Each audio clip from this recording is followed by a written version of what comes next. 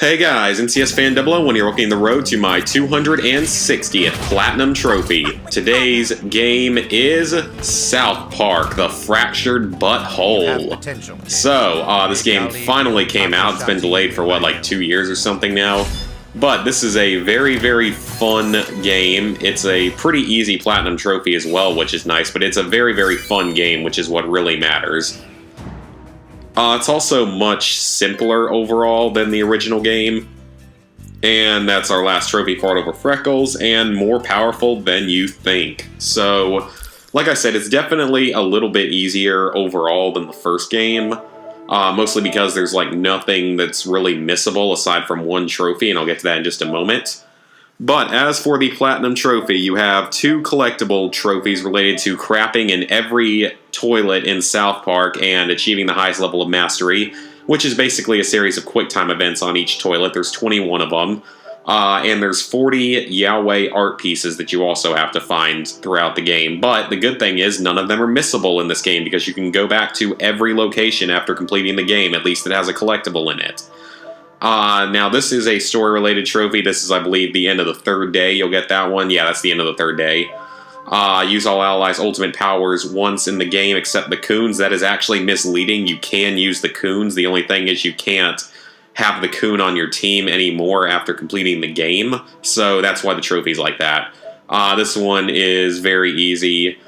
This is the only missable and difficulty-related trophy in the game. You have to complete the game as a black character on Mastermind combat difficulty, both of which you have to change right as you start the game.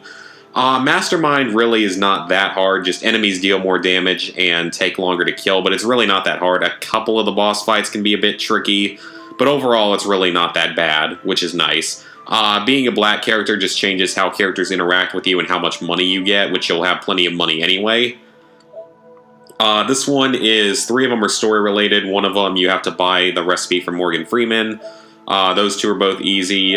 This one's probably going to happen naturally. This one is very easy. You'll get close to 800 might by the time you finish the game.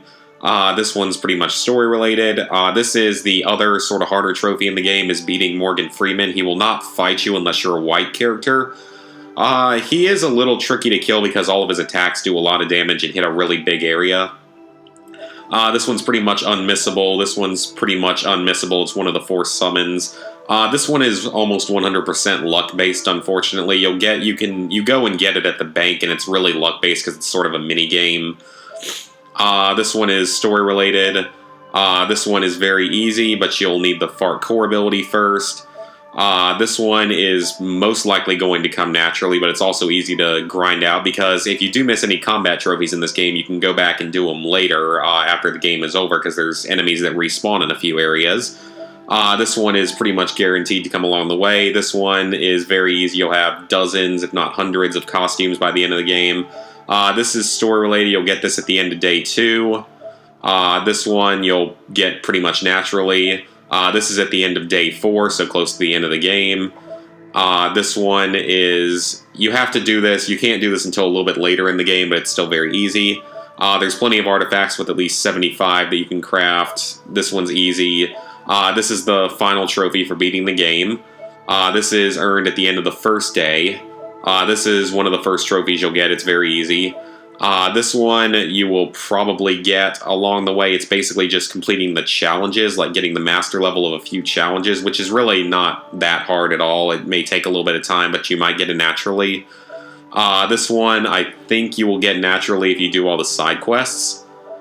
This one you'll get, I believe, 2 of the summons you'll get naturally through story, and the other 2 you'll have to go out of your way to find. They're Gerald and Jimbo, I believe, are the 2 of them that are missable, that you'll have to go back and get, like you'll have to go out of your way to get them.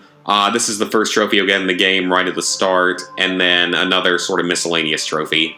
So overall, it's a very, very easy overall Platinum Trophy. It's maybe around a 3 out of 10 at most. I could see it being just a little bit lower. It's just a few of the combat fights can be a little tougher. But it's not a difficult game at all. It takes about 20 hours to platinum, and it's very, very fun, which is what really matters. It's one of the most fun platinums I've done in a while.